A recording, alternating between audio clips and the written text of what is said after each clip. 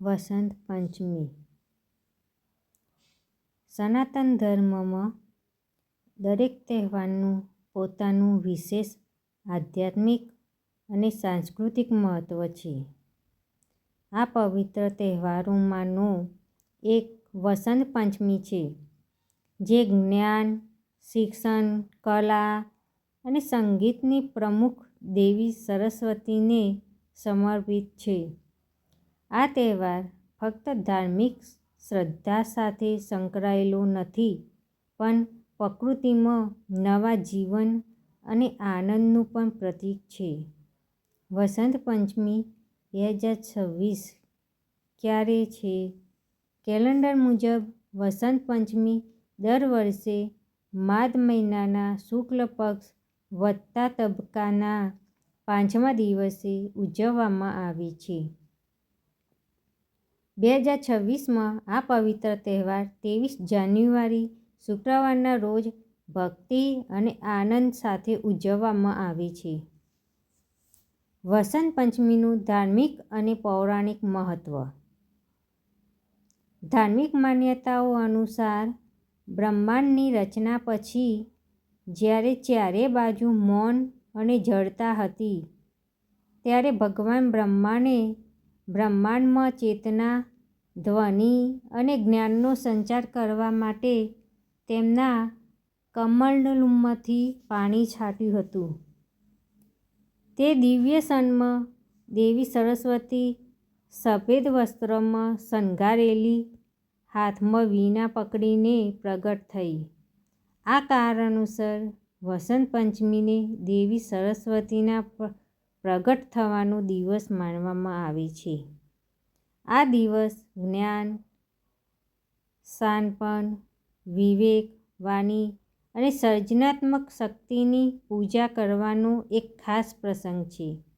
એવું માનવામાં આવે છે કે આ દિવસે દેવી સરસ્વતીની પૂજા કરવાથી જ્ઞાન, સ્મૃતિ, બૌદ્ધિક ક્ષમતામાં વધારો થાય છે. ઋતુઓના રાજા વસંતનું સ્વાગત.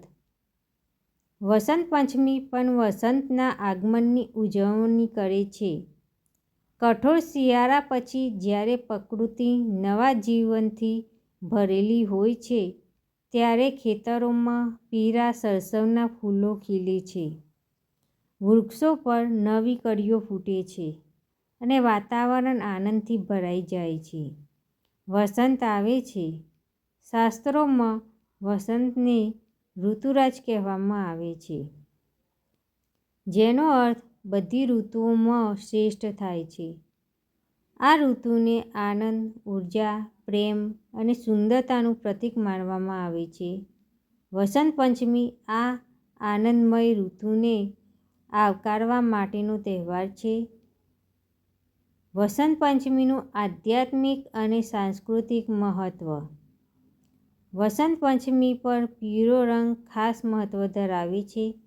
પીળો રંગ જ્ઞાન, સમૃદ્ધિ, ઉત્સાહ અને સકારાત્મક ઉર્જાનું પ્રતીક માનવામાં આવે છે. આ દિવસે ભક્તો પીળા કપડાં પહેરે છે અને દેવી સરસ્વતીને પીળા ફૂલો, પીળા કપડાં, પીળી મીઠાઈઓ ચઢાવે છે.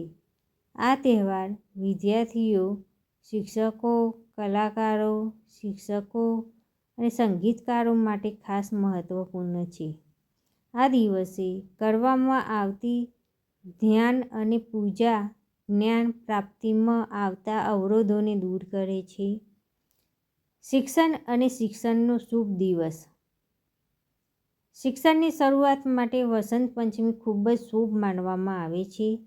આ દિવસે નાના બાળકો માટે વિદ્યારંભ અથવા અક્ષરાભ્યાસ નામનો મૂળાક્ષર લેખન સમારોહ કરવો શ્રેષ્ઠ માનવામાં આવે છે.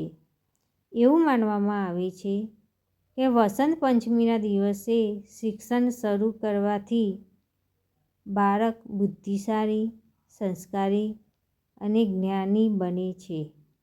વધુમાં, આ દિવસ નવા પ્રયાસો શરૂ કરવા માટે ખૂબ જ શુભ છે. પછી ભલે તે શિક્ષણ, કલા, સંગીત અથવા અન્ય કોઈ પણ સર્જનાત્મક કાર્ય માટે સંબંધિત હોય. એક અશુભ સમય. શાસ્ત્રો અનુસાર વસંત પંચમી એક અશુભ સમય છે. આનો અર્થ એ છે કે આ દિવસે કોઈ પણ શુભ કાર્ય માટે અલગ શુભ સમય શોધવાની જરૂર નથી. આ દિવસે અલગ ગૃહથી નામકરણ, વિધિ અને વિદ્યારંભ જેવા વિવિધો પંચાંગની સલાહ લીધા વિના પણ કરી શકાય છે. આ જ કારણ છે કે વસંત પંચમીને ખૂબ જ શુભ અને શુભ તિથિ માનવામાં આવે છે. વસંત પંચમી એ જ્ઞાન, કલા, સાંસ્કૃતિક અને પ્રકૃતિની ઉજવણી કરતો એક પવિત્ર તહેવાર છે. આ દિવસ દેવી સરસ્વતીના આશીર્વાદ મેળવવા અને તમારા જીવનમાં શણગાર, શાણપણ અને સકારાત્મકતા લાવવાની ઉત્તમ તક આપે છે.